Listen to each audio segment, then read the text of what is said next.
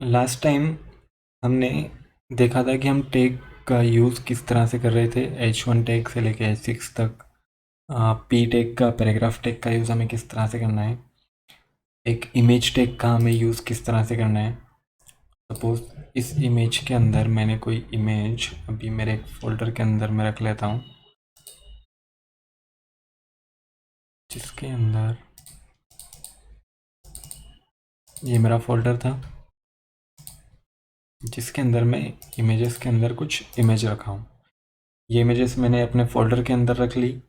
अब मुझे फ़ोल्डर से किस तरह से कॉल करवाना है। फ़ोल्डर से कॉल करवाने के लिए सपोज़ मेरे फ़ोल्डर का नेम है सेट्स, जिसके अंदर एक और फ़ोल्डर है जिसका नाम है इमेजेस। ये मेरे फ़ोल्डर्स नेम हो गए। अब असेट्स वाले फ़ोल्डर के अंदर से इमेजेस मेरी किस नेम से सेव है, सपोज़ p1.png। जब इसको मैंने ब्राउज़र पे रन किया तो आप देखेंगे कि मेरे पास यहाँ एक इमेज आ गई। ठीक है, ये हेडिंग आ रही है, ये कुछ स्मॉल पैराग्राफ आ रहा है। अब नेक्स्ट मैं कुछ और टैग की बात करता हूँ। सपोज़ मैंने एक टैग बनाया स्ट्रॉन्ग, जिसके अंदर लिखा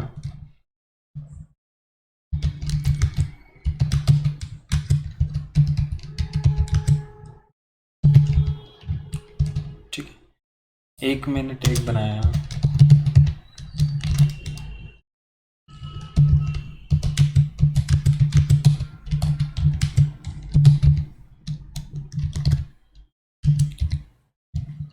ठीक।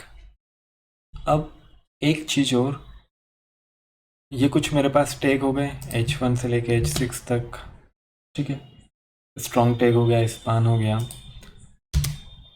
सेकेंड चीज़, जब हमको कोई लिस्ट आइटम वेब ब्राउज़र पे शो करना होता है तो हम ऑर्डर्ड लिस्ट और लिस्ट, मतलब जिस तरह से मैं बोलूँ कि सपोज़ मेरे पास एक नेविगेशन है तो नेविगेशंस को मुझे किस तरह से शो करवाना है, या किसी लिस्ट को मेरे पास कुछ आइटम की लिस्ट है तो उनको किस तरह से शो करवाना है, तो उसके लिए हम लिस्ट आइटम्स का यूज़ जो कि HTML के अंदर li के थ्रू यूज़ करते हैं, तो उसके लिए हमें ऑर्डर्ड फॉर्म में भी और इन ऑर्डर्ड फॉर्म में भी हम यूज़ कर सकते हैं। तो उसके लिए हम यूज़ करेंगे ULLI का। अभी आपको सपोज़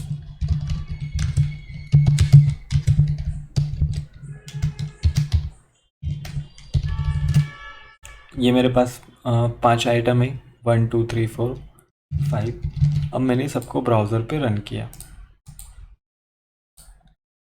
अब देखेंगे कि यहाँ पे मेरे पास इमेज टैग के अंदर इमेज है, H1 के अंदर हेडिंग है, पैराग्राफ स्पान के अंदर पैराग्राफ है, एक स्ट्रॉन्ग टैग लिया है जिसके अंदर स्ट्रॉन्ग टैग लिखा हुआ है, एक स्पान टैग के अंदर this is a span tag लिखा हुआ है, और ये कुछ मेरे पास लिस्ट है।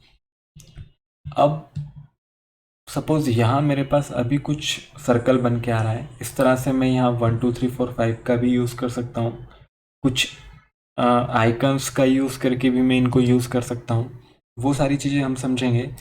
अभी बेसिक लेवल पे हमको ये समझना है कि कुछ इस तरह से हमको जब भी कहीं HTML पेज के अंदर इस तरह के टैग दिखाई देंगे तो हमको समझ में आए कि हाँ ये किस लिए यूज़ हुए हैं। एक चीज़ और, जब भी मैं कोई इमेज का यूज़ करूँगा तो हमेशा उसके साथ अल्ट टैग का यूज़ करूँगा। अब ये क्या होता है, क्यों यूज़ किया जाता है, इसको हम समझेंगे। सबसे पहले हम एक काम करते हैं। अभी आपको ये समझ में आया है कि हाँ मुझे पूरे HTML पेज को बनाने के लिए किस तरह से हेडर सेक्शंस का, बॉडी सेक्शंस का और फुटर सेक्शंस का यूज़ करना है। हेडर सेक्शंस के अंदर मुझे टाइटल्स, मेटा टैग, लिंक का यूज़ कैसे करना है वो सारी चीज़ें समझी। बॉडी के अंदर हम टैग का यूज़ या डिज़ाइनिंग को कैसे बनाएंगे वो सारी चीज़ें समझी।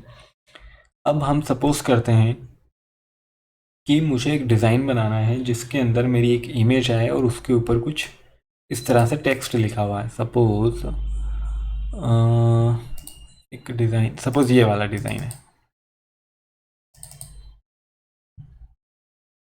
मुझे क्या चाहिए, मुझे एक बैकग्राउंड में इस तरह से इमेज चाहिए। बैकग्राउंड से इमेज होने के साथ बैकग्राउंड में तो मेरा इमेज है, अभी आप कोई सा भी इमेज ले सकते हैं।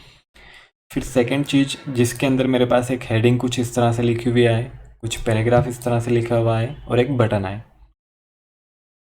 अब इस चीज़ को आप प्रैक्टिकली पहले से बनाइए, फिर अपन प्रैक्टिकल इसको बनाना सीखेंगे। तो बनाने के लिए सपोज अभी मैं पूरा कोड हटा देता हूँ। अब यहाँ पे आपको कुछ और नई चीज़ें सीखने को मिलेगी। सपोज CSS प्रॉपर्टीज़ किस तरह से यूज़ करना है, और हमको इमेज यहाँ से किस तरह यूज़ करना है, कोड किस तरह से लिखना है। सबसे पहले बात करें कि मुझे सपोज इस तरह का कोई सेक्शंस बनाना है, तो एक्चुअली ये मेरे पास देखा जाए तो एक बैनर सेक्शन है, जिसके अंदर एक बैकग्राउंड में इमेज आ रही है, जिसके अंदर कुछ हेडिंग आ रहा है, कुछ पैराग्राफ आ रहा है और कोई बटन आ रहा है। तो इस सेक्शंस के अंदर मैं पूरा एक सेक्शन बनाऊंगा, जिसको एक सेक्शन टैग के अंदर लिया। ठीक है, अब जितना भी मेरे पास इस बैनर से रिलेटेड कोड रहेगा वो सारा पूरा इस सेक्शंस के अंदर आ जाएगा। सेकेंड चीज़, जब भी हम कुछ इस तरह से, सपोज एक मेरे पास एक वेब पेज है और वेब पेज के अंदर मेरे पास एक बैनर सेक्शन है, एक हेडर सेक्शन है, कुछ कैटेगरीज के सेक्शन है। कभी टेस्टिमोनियल आपने देखा होगा, टेस्टिमोनियल, क्लाइंट टेस्टिमोनियल जिस तरह से होता है। तो एक वेब पेज इन सारे सेक्शंस से मिलके बना होता है। तो जब हम इस तरह के सेक्शंस को बनाएंगे तो हमेशा हम कमेंट का यूज़ करेंगे। कमेंट आपको थोड़ा सा सर्च करना है कि HTML में कमेंट किस तरह से दी जाती है, CSS में कमेंट किस तरह से दी जाती है, वो भी हम नेक्स्ट ट्यूटोरियल में कवर करेंगे। मेरे पास अभी एक सेक्शन है जिसको मुझे बैनर बनाना है। यहाँ पे मैं इसको, अभी हमने देखा कि हम टैग का यूज़ किस तरह से कर रहे थे, तो उन्हीं टैग का यूज़ हम इस वाले ट्यूटोरियल के अंदर करेंगे। और सेकेंड चीज़ कि हम CSS प्रॉपर्टीज़ को अब समझना स्टार्ट करेंगे।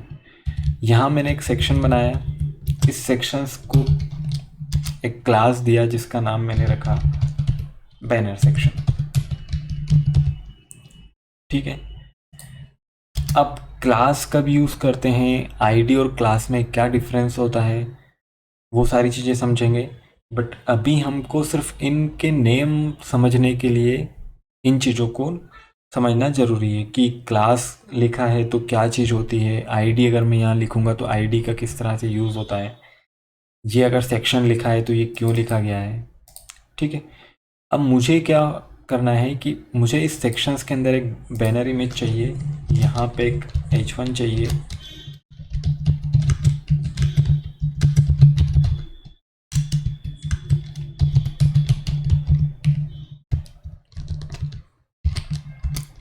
ठीक है, यहाँ पे मुझे कुछ पैराग्राफ चाहिए,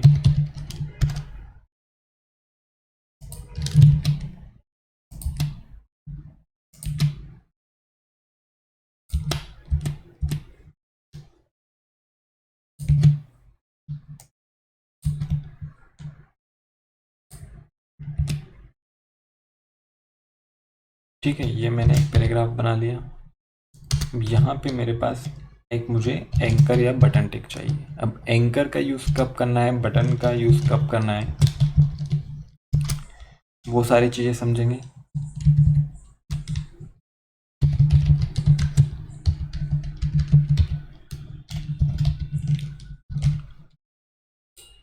इसको मैंने ब्राउज़र पे रन किया तो अब आप देखेंगे कि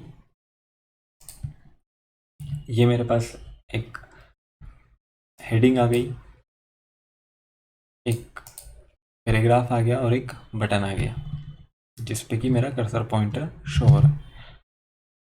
अब CSS प्रॉपर्टीज़ के लिए मैं यहाँ पे इनलाइन भी CSS लिख सकता हूँ, यहाँ पे इंटरनली भी CSS लिख सकता हूँ, और एक CSS फाइल बना के भी मैं CSS लिख सकता हूँ। सबसे पहले हम इनलाइन CSS देखेंगे।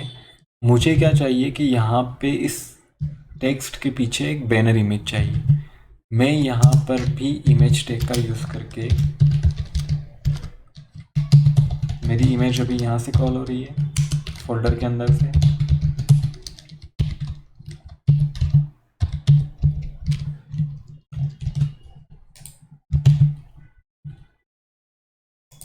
इसको मैंने रन किया। आप देखेंगे कि मेरे पास यहाँ इमेज आ गई। लेकिन अब ये कंटेंट जो नीचे आया है, ये कंटेंट मुझे चाहिए यहाँ बैनर के ऊपर। तो याद, इसके दो तीन तरीके हैं। एक तरीका तो ये कि मैं इस बैनर को बैकग्राउंड से कॉल करवाऊँ और इस कंटेंट को इसके ऊपर लेके आ जाऊँ। दूसरा तरीका ये कि मैं इमेज मेरा ऐसा ही रहे और इस कंटेंट को मैं CSS से सेट करूं तो ये मेरा इस बैनर पे आ जाए। दोनों तरीके हम पहले समझेंगे। सबसे पहले मैंने अगर यहाँ इनलाइन CSS के अंदर मुझे इस सेक्शंस के अंदर बैकग्राउंड इमेज चाहिए, मैंने यहाँ लिखा है स्टाइल।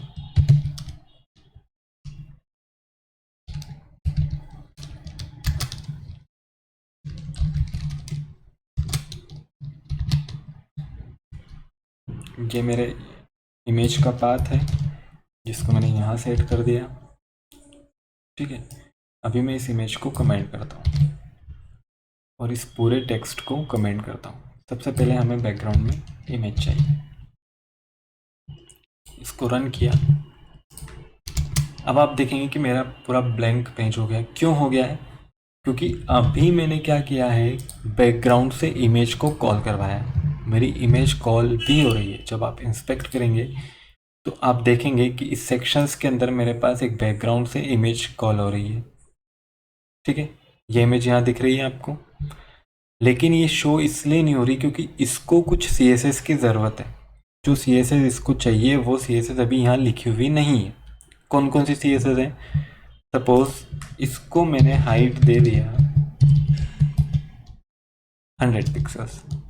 अब मैं जैसे जैसे हाइट बढ़ाते जाऊंगा ये इमेज मेरी शो हो गई। ठीक है, अब क्या हो रहा है, ये इमेज मेरी यहाँ से शो हो रही है, कहीं वापस से रिपीट हो गई है, कहीं कुछ तो भी आ रहा है। मुझे एक प्रॉपर सिंगल इमेज चाहिए। पहली चीज़ तो मैं क्या करूँगा, सॉरी,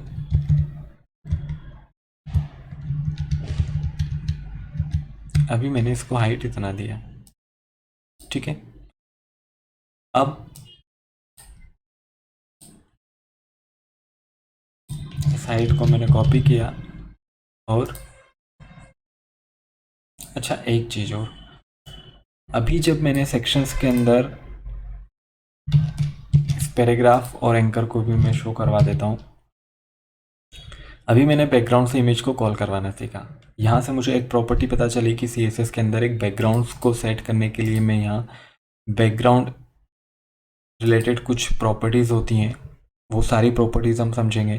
पहली चीज़, अब इस सेक्शंस के अंदर मेरे पास ये पूरा सेक्शन यही कंप्लीट हो गया है। तो इस सेक्शंस के कंप्लीट होने में मैं अभी यहाँ पर एक स्टाइल टैग के अंदर कुछ इंटरनल CSS लिखना स्टार्ट करता हूँ। इनर CSS के लिए सपोज मुझे अभी क्या करना है कि मेरे पास इस बैनर सेक्शंस के अंदर कुछ प्रॉपर्टीज़ चाहिए। कौन कौन सी प्रॉपर्टीज़ चाहिए कि मैंने इसको हाइट अभी सपोज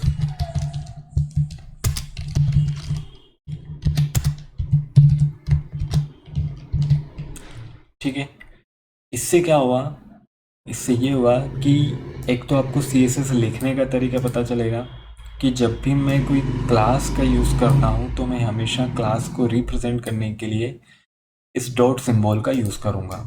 मेरे पास ये क्लास है और इस क्लास से मैं इस सेक्शंस के क्लास को CSS दे रहा हूँ, जिसमें CSS कौन कौन सी है। बैनर को डिफाइन करने के लिए बैकग्राउंड से बैनर या इमेज को डिफाइन करने के लिए मैं बैकग्राउंड इमेज या बैकग्राउंड्स का यूज़ करूँगा। अगर मुझे बैकग्राउंड से कलर चाहिए, सपोज यहाँ से मुझे इमेज अभी नहीं चाहिए, मैंने इस इमेज को कमेंट किया।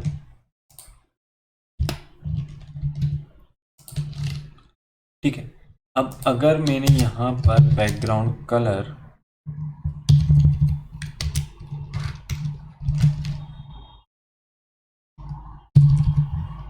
ठीक है ये डिफाइन कर दिया।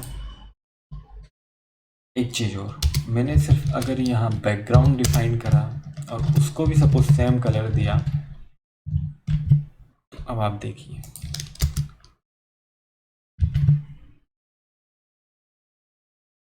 एक सेकेंड, इमेज मेरी कमेंट नहीं हुई है ना।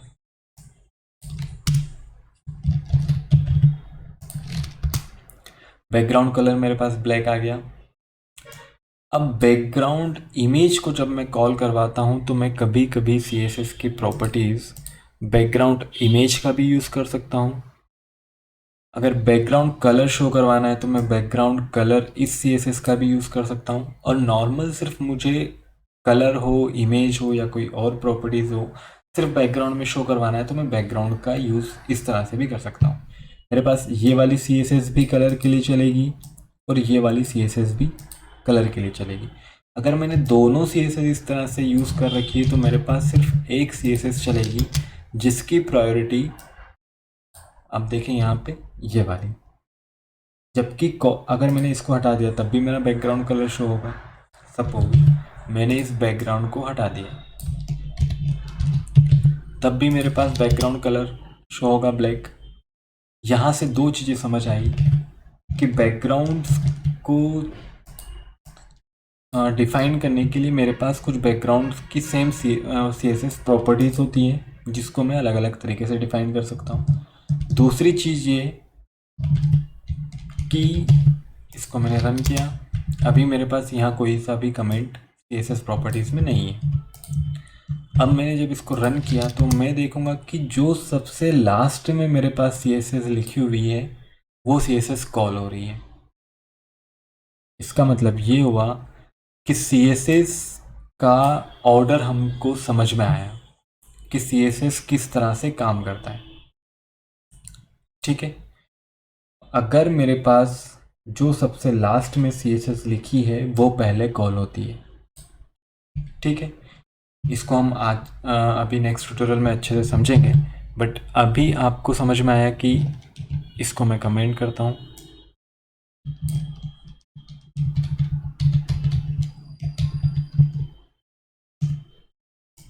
इसको मैं पूरे को अभी कमेंट करता हूँ। मैंने बैकग्राउंड से इमेज कॉल करवाया। अब इमेज को मैंने कुछ हाइट और कुछ पिक्सल्स दे दिए।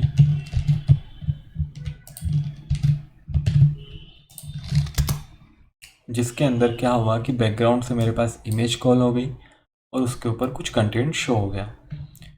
अब इसको पिक्सल्स परफेक्ट कैसे बनाना है वो सारी CSS देखेंगे। सेकेंड चीज़, यहाँ पर एक चीज़ आपको समझना है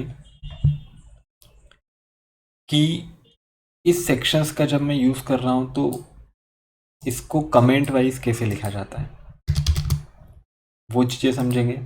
अब इस ट्यूटोरियल के बाद अभी तक हमको सिर्फ कुछ चीज़ें क्लियर हो गई है कि हाँ CSS किस तरह से लिखना है, HTML को किस तरह से बनाना है।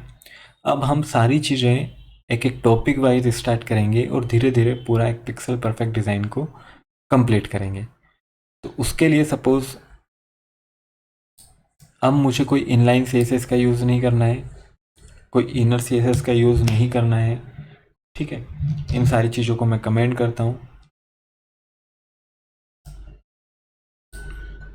फिर जैसे जैसे चीज़ें हमारे पास क्लियर होती जाएगी हम उस लेवल से स्टार्ट करना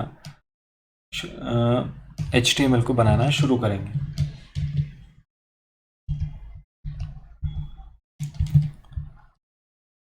अब हम सबसे पहले बात करते हैं कि मुझे एक सेक्शंस बनाना है जिसके अंदर मुझे सिर्फ बैनर के कंटेंट को रखना है। अब कमेंट क्यों दी जाती है या मैं कमेंट करने का क्यों बोल रहा हूँ? कमेंट इन द सेंस मैंने यहाँ लिखा स्टार्ट माय बैनर सेक्शन। ठीक है, यहाँ मैंने लिख दिया एंड माय बैनर सेक्शन। अब देखो जब मैंने इसको ब्राउज़र पर रन किया तो एक्चुअली अभी क्या हो रहा है, ये मेरे पास एज इट इज़ लिखा हुआ है क्योंकि अभी मैंने सिर्फ इसको कमेंट नहीं किया है। आपको पता करना है कि HTML में कमेंट किस तरह से दिया जाता है, क्या शॉर्टकट की होती है, वो मैं नेक्स्ट ट्यूटोरियल में बताऊंगा। अभी सपोज मैंने HTML में कुछ कमेंट इस तरह से दी जाती है, तो मैंने इसको कमेंट कर दिया। इससे होगा क्या, जब भी कभी मैं मेरे कोड को जब एक लार्ज लेवल पर बनाऊंगा, या हो सकता है कि मेरे इस कोड को कोई डेवलपर या कोई डिज़ाइनर दूसरा जब यूज़ करेगा, तो उसे समझ आए कि हाँ कौन सा सेक्शन कहाँ से स्टार्ट हो रहा है, कहाँ क्लोज हो रहा है। तो उससे क्या होगा कि उसको समझने में थोड़ा इजी रहेगा। और सेकंड चीज़ कि जब भी मुझे इस तरह के सेक्शंस को कभी रीयूज़ करना हुआ, तो मैं आसानी से इस कोड को यहाँ से कॉपी और पेस्ट करके यूज़ कर सकता हूँ। तो ये तो हो गया कि आप HTML में कमेंट किस तरह से देते हैं। इसी तरह हम देखेंगे कि CSS में कमेंट किस तरह से देखेंगे। अभी हम इस सेक्शंस को CSS के थ्रू कुछ डिज़ाइन करना स्टार्ट करते हैं। तो उसके लिए अब हम CSS की तरफ थोड़ा मूव करेंगे और थोड़ा स्पीडली अब चीज़ों को समझना स्टार्ट करेंगे।